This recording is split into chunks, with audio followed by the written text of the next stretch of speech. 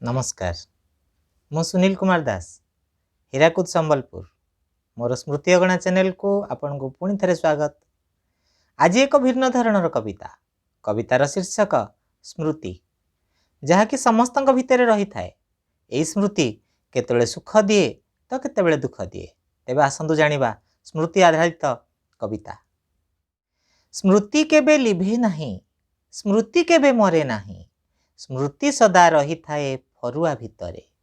दिन बीती राति हुए, मास जाई वर्ष हुए, स्मृति इतिहास हुए अतीत पृष्ठारे। जेतिकी पुरुणा हुए, स्मृति सेते शक्त हुए, इतिहास बदली से हुए किंबदंती। तामान महत बढ़े, चारिआडे ना पड़े, पोथी पुराण रे सीए होई जाए गुंथी।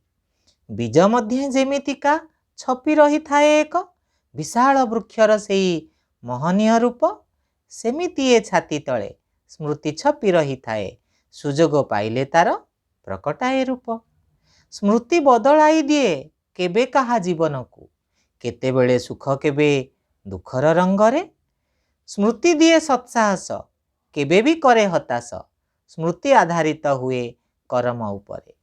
मने आण सेई स्मृति जिए सदा देउ थाए, आनंद प्रेरणा सुख असीम सकति।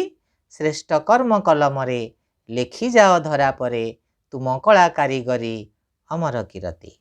नमस्कार।